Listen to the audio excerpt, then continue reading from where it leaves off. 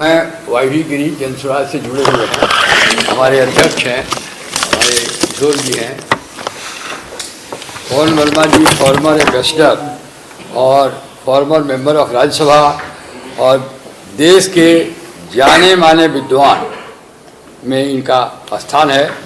ये आए और प्रशांत जी को देखे और प्रशांत जी को कुछ सलाह दिया इन्होंने जो बिहार के इंटरेस्ट में है। इसके लिए हम ये धन्यवाद के पात्र हैं। जहाँ तक मेरा सवाल है, मैं कल से जब बेल का आर्गुमेंट हो रहा था, मैं आर्गुमेंट कर रहा था, वहीं मैंने उनसे कहा था कि यदि जेल जा रहे हैं, आपको कंडीशन एक्सेप्ट नहीं हो रहे हैं तो जेल जा रहे हैं तो कम से कम जेल में अनशन तोड़ दीजिए। हमारा कहने का मतलब ये था कि बिहार को एक मजबूत प्रशांत किशोर की आवश्यकता है, स्वस्थ प्रशांत किशोर की आवश्यकता है।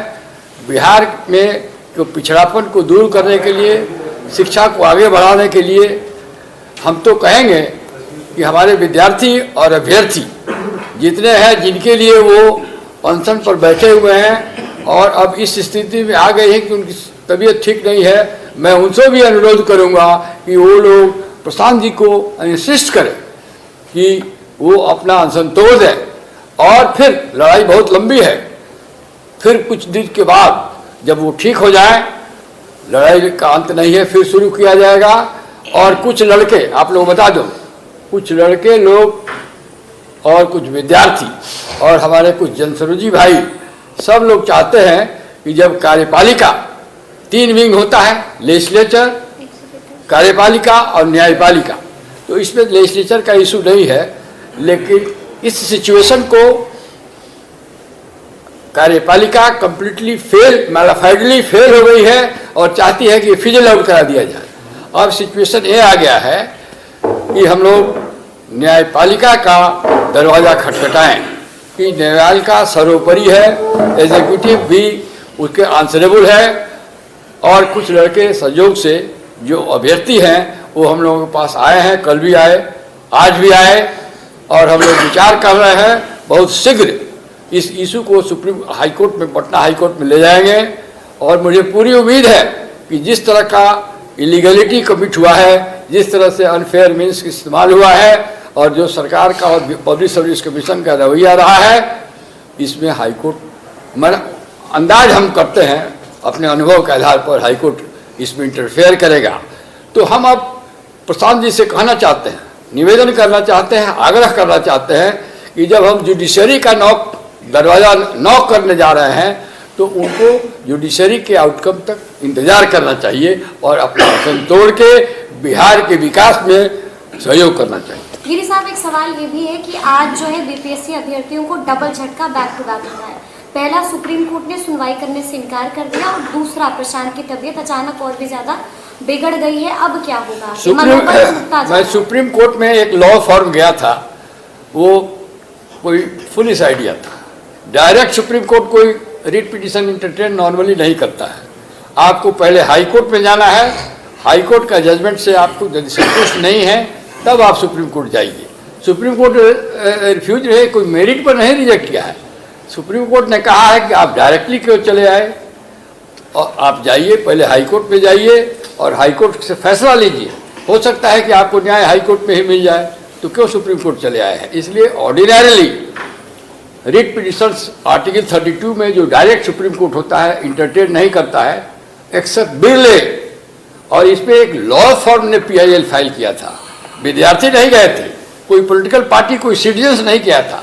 तो लॉ फॉर्म पता नहीं क्यों किस एडवाइस से जाके 32 में रिट पिटिशन फाइल कर दिया। लॉ फॉर्म को क्या ग्रीवांस हो सकता है?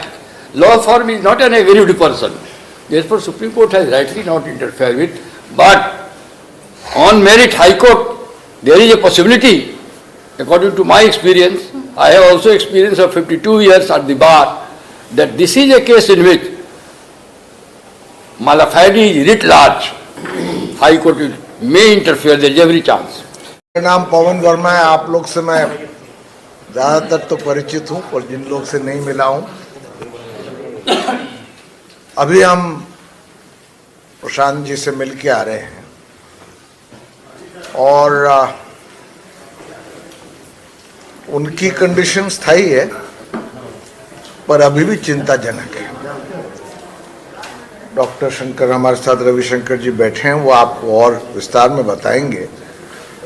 वो आईसीयू में हैं और अपना अनशन न तोड़ने पर अटल है।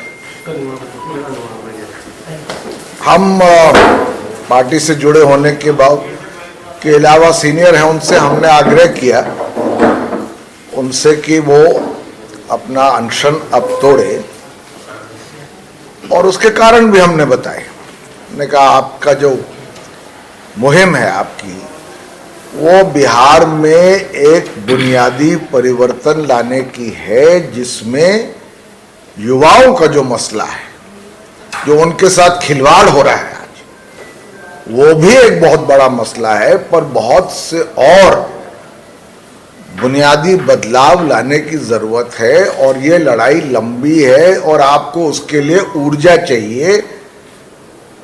तो आप अगर अनशन पे रहेंगे, कुछ खाएंगे नहीं, आज 5वां दिन हो चुका है, आप आईसीयू में हैं, तो आग्रह हमने किया वो अभी अपना निर्णय बदलने को तैयार नहीं है।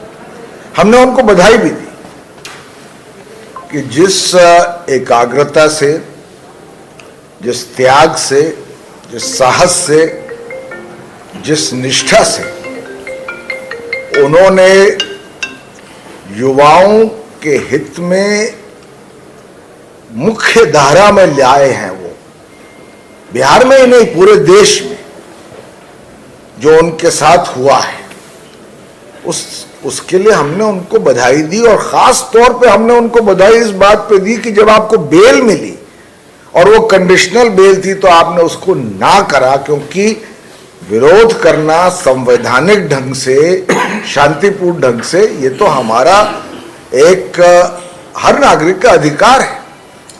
और बेल मिलने के बाद भी वो आप अनशन पर बैठे हैं।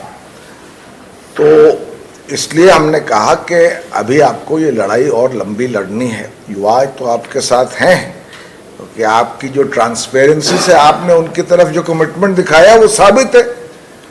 पर साथ में ये भी आग्रह किया कि वो अपना अनशन तोड़े।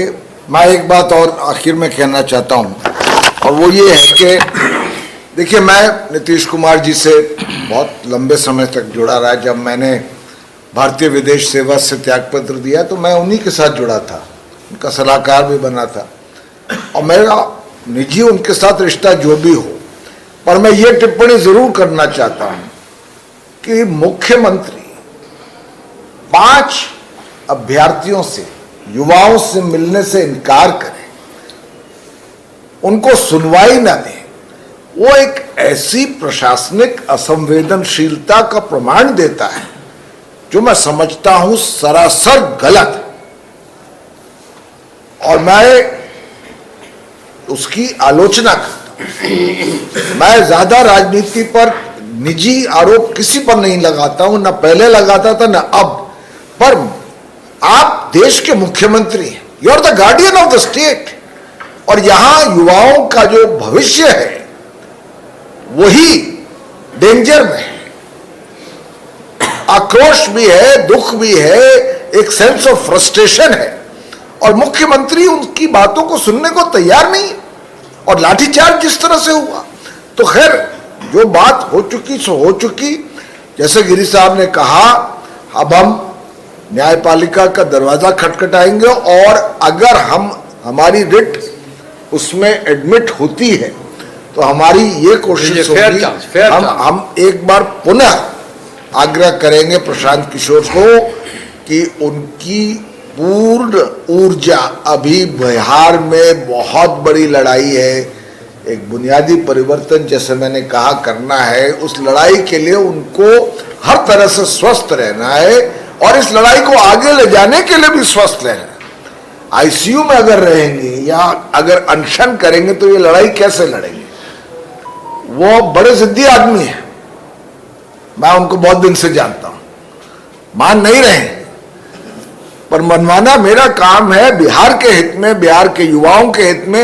अब देखते हैं वो क्या निर्णय लेते हैं। पर अपनी तरफ से गिरी साहब ने और हमने जो उनसे कहना था कह दिया और आप लोग को उनकी स्थिति पर अवगत कर दिया।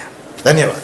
डॉक्टर रविशंकर हैं हमारे साथ, तो मैं चाहूंगा कि पहले डॉक्टर रविशंकर आप बताएं क्या हालत है उनकी। आगे चीज़ें कॉम्प्लिकेट हो सकती हैं, आगे क्या हो गए तो कहना मुश्किल होगा, बट आगे चीज़ें कॉम्प्लिकेट हो सकती हैं। अनशन जब जारी रहेगा तो शरीर में कीटोन बॉडीज़ बनती हैं जिनसे ब्रेन पे इफेक्ट होता है, तो ये सब चीज़ें आगे हो सकती हैं। हम लोग उनको इंसिस्ट कर रहे हैं कि वो अपना खाना लेना शुरू कर दें, बट अगेन पॉलिटिकल डिसीजन है उनका, तो वो उसको कंटिन्यू कर रहे हैं। अभी स्थिति उनकी सामान्य है, हम लोग मैनेज कर रहे हैं, ऐसा रखे हैं ऑब्जर्वेशन के लिए।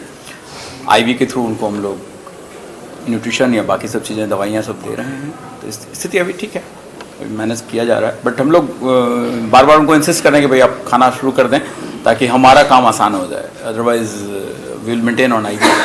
टेस्ट रिपोर्ट्स आ गए? टेस्ट रिपोर्ट्स या जो क्या कुछ है उसके लिए थोड़ा सा चिंताजनक इन सेंस, देखिए अगर चीज़ें कंटिन्यू हो रही हैं तो वो जब तक, कल हम लोग रिस्पॉन्ड करेंगे कि जो दवाइयाँ हमने शुरू करी हैं टेस्ट के बाद में, they will start responding. We hope that they start responding and he should be okay. तो उसके बाद ही फिर आप लोग फैसला लीजिएगा कि डिस्चार्ज करेंगे? ऑफ कोर्स पहले तो हम उनको स्टेप डाउन करेंगे, आईसीयू से लाके बाहर लेके आएंगे, फिर उनको discharge यानी कि कल दोपहर तक कोशिश करेंगे। Sure sure. डिस्चार्ज होने की उम्मीद है सर? अभी तो डिस्चार्ज करने की बात नहीं कर रहे हैं हम लोग। अभी तो वो आईसीयू में ही है। हाँ।